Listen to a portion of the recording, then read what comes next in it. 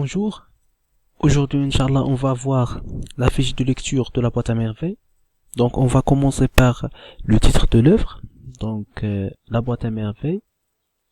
Il est important de savoir comment le nom de l'œuvre s'écrit. La boîte à merveilles, donc E-I-N-N-E-S. Donc la date d'écriture et la date de parution. Donc la date d'écriture c'est 1952. Donc إمتى كمل أحمد الصفراوي l'écriture de l'œuvre est publié en 1954. Donc après 2 ans, Ahmed Safraoui va publier son œuvre. Donc l'auteur et le siècle. Donc l'auteur c'est Ahmed Safraoui. Le siècle c'est le 20e siècle. Donc on a la date de naissance d'Ahmed Safraoui, c'est 1915 à Fès. Et il est mort en 2004 à Rabat.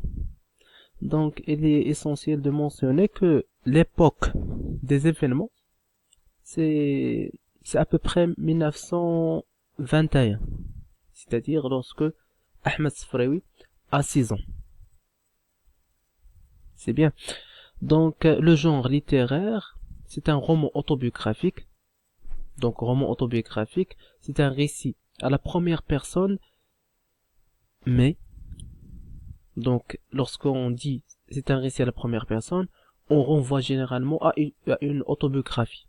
Mais, la distinction entre le roman autobiographique et l'autobiographie, c'est que le narrateur est distinct de l'auteur. Alors que dans l'autobiographie, on trouve généralement que l'auteur est le même que le narrateur personnage. Donc c'est un roman autobiographique. Donc le narrateur c'est Sidi Mohamed, l'enfant, et parfois on trouve le narrateur adulte, Ahmed Safraoui, parfois. Le point de vue aux focalisations, c'est une leçon de langue, donc c'est un point de vue interne. On va voir, Inch'Allah, cette leçon. On a 3 types points de vue interne, externe et 0 ou focalisation. Le temps du verbe, c'est généralement l'imparfait et le passé simple. Donc l'imparfait indique qu'il y a une description, qu'il y a une narration. Donc c'est un temps de récit, c'est un temps de description. Et le passé simple, c'est le temps qui favorise le récit. Donc on trouve aussi le présent. Et on distingue entre le présent de narration et le présent de l'indicatif. Lorsqu'il s'agit du présent de l'indicatif, on dit que c'est Ahmed Safraoui qui parle, c'est le narrateur adulte. Et il y a le présent de narration, c'est généralement associé au narrateur personnage, au narrateur enfant, Sidi Mohamed. Donc le registre de langue, c'est un registre de langue courant, n'est pas totalement familier et n'est pas soutenu. Donc le niveau intermédiaire des niveaux de langue ou des registres de langue. Donc nombre de chapitres, c'est 12 chapitres. Nombre de saisons, c'est 3. Donc on a la saison de l'hiver, donc donc on va voir Inch'Allah les 3 premiers chapitres se déroulent pendant cette saison de l'hiver. Par la suite le printemps, donc les 4 chapitres du chapitre 4 au chapitre 7 et enfin les 5 derniers chapitres, c'est-à-dire du chapitre 8 au chapitre 12, ce sont des chapitres qui ont déroulé pendant la saison de l'été. Donc l'été. Donc si on peut dire, ou on peut estimer la durée du récit de cette œuvre, on peut dire que le récit va se dérouler dans 9 mois, à peu près une année, 3 saisons. Donc l'âge du narrateur c'est 6 ans, comme on a déjà vu dans les personnages. La durée du Russie, c'est presque une année. 3 saisons, donc c'est presque 9 mois, une année. Hein. Personnages principaux aussi, c'est Mohamed, sa mère Zubida, son père Abdeslam, la voyante, Driss Awad, Rahma, Zineb, Fatma Bziouyel, Laïcha, et le frère aussi. Événement perturbateur. On peut s'arrêter ici pour indiquer quelque chose qui s'appelle le schéma narratif. Le schéma narratif, c'est le processus euh, de décrire les événements dans une œuvre. C'est-à-dire chaque histoire, chaque œuvre doit respecter les 5 éléments principaux dans un schéma narratif. Le premier élément s'appelle la situation initiale. Dans la boîte à merveilles, c'est à partir du chapitre 1 jusqu'au chapitre 8. Si on va trouver la monotonie des événements ordinaires d'une famille modeste, populaire, dans une ville marocaine. Donc on va vivre cette monotonie, cette situation initiale. À partir du chapitre 9, on va voir l'événement perturbateur, c'est-à-dire l'événement qui vient de bouleverser cette monotonie, qui vient de perturber cette histoire. Donc le nœud ou l'événement perturbateur. Par la suite, il vient des événements qui suivent ce nœud, c'est-à-dire les péripéties. À partir du chapitre 9 jusqu'au chapitre 11. Et le chapitre 12 va annoncer le dénouement, c'est-à-dire la résolution du nœud et la situation finale. Donc le retour à la situation initiale. C'est ça le schéma narratif relatif à la boîte à merveilles. Donc la situation initiale du chapitre 1 au chapitre 8. L'événement perturbateur va être mentionné dans le chapitre 9. Du chapitre 9 au chapitre 11, ce sont des événements qui suivent ce nœud, donc ce sont les péripéties. Et enfin, la 4e étape, c'est-à-dire le dénouement, la résolution du nœud, va être dans le chapitre 11, et enfin, la situation finale, c'est à la fin du chapitre 11, à la fin de l'œuvre. Donc, on poursuit. Donc, l'événement perturbateur, c'est-à-dire le nœud, c'est la ruine du père, c'est-à-dire l'iflas diel le père. Donc, le père va perdre son capital dans la cohue, du marché de tissus. Donc, c'est un événement perturbateur. Donc, les figures de style, on va trouver les comparaisons, les métaphores, les hyperboles, les énumérations, gradations. Le contenu de la boîte.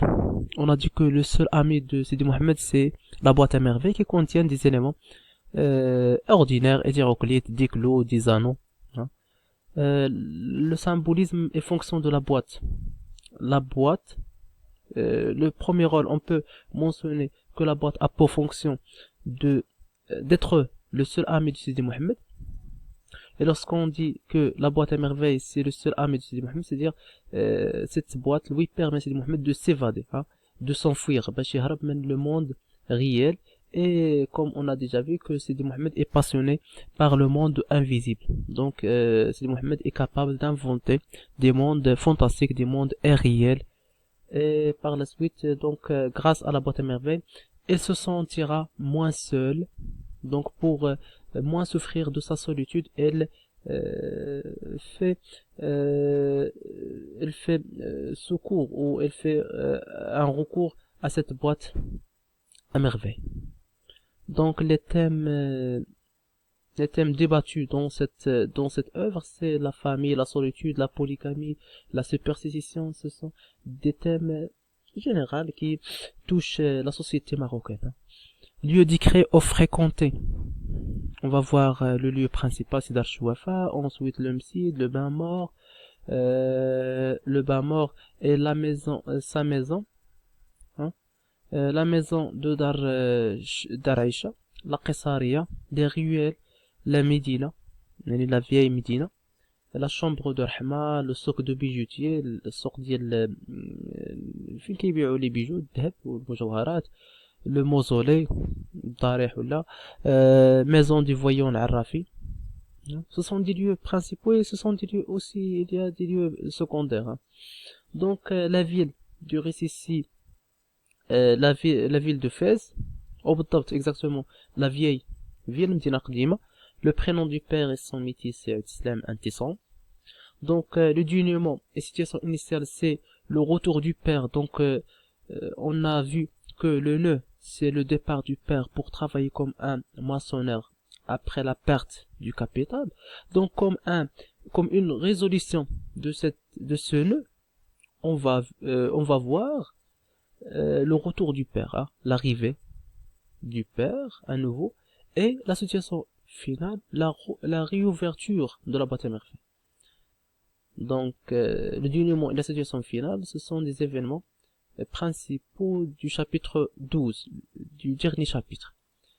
Caractéristiques des personnages principaux, donc la solitude et la capacité de créer des mondes fantastiques, du monde irréel, des mondes invisibles. Les déclencheurs du récit, c'est la nuit et le poids de la solitude. Donc ce sont des éléments mentionnés dans le premier chapitre. L'ordre de présentation des personnages, comme il s'agit dans le premier chapitre, ceux qui ont participé à nourrir le monde fantastique de l'enfant. C'est-à-dire, il y a des personnages qui aident Sidi Mohammed à inventer ce monde fantastique, ce monde réel, ce monde invisible. C'est-à-dire, grâce à la présence de Kenza la voyante et à ces sciences de Gnawa, de superstition, Sidi Mohammed va nourrir son imagination. Et aussi, Abdullah, l'épicier avec ses histoires racontées par le père. Également, on va voir la description des voisins de Saawad, Rahma, Zineb, qui partagent ou qui occupent le premier étage, Fatou Ziwiya, et le jardinier qui occupe le deuxième étage avec la famille du narrateur, et les autres personnages, les enfants de Dimsid, le frère et le lège. Donc aussi la description. Donc c'est une description dynamique et on peut soulever à ce point les types de description. On peut trouver deux types généraux, c'est-à-dire soit description dynamique, soit description statique. C'est-à-dire le narrateur, est-ce qu'il se déplace pour décrire un fait ou un événement, ou il prend un point fixe et pour décrire ce fait. Donc dans la boîte à merveilles, on va voir toujours et souvent une description dynamique. Donc les champs lexicaux, il y a la magie, l'impureté, le désespoir, le horreur, donc la magie, la superstition, hein, sihr, shawada, l'impureté, adam tahara ou là, le désespoir, l'yas, le horreur, le khawf ou le rob. Donc le genre de littérature, donc on peut distinguer entre le genre littéraire de l'œuvre et le genre de littérature ou le courant de littérature, ou le courant littéraire, tayyar al-adabi, ou le genre littéraire, le jins adabi. Donc le courant littéraire, c'est-à-dire cette œuvre s'inscrit dans le courant de la colonisation française au Maroc. Donc à partir de cette phase, de cette période, il y a plusieurs écrivains marocains et maghrébins qui ont pris l'initiative d'écrire du roman, des nouvelles, mais en langue française, en langue de colonisateur. Donc parmi ces auteurs, on trouve Ahmed Sfri. Donc la relation avec Zineb, relation conflictuelle. Donc Sidi Mohammed déteste Zineb, il a du mépris pour cette fille, donc يحتقرها, mépriser quelqu'un, donc l'ihtiqar. Donc هكا نكونوا كملنا la fiche de lecture. Inch'Allah, نتلاقاو في le premier chapitre. Merci.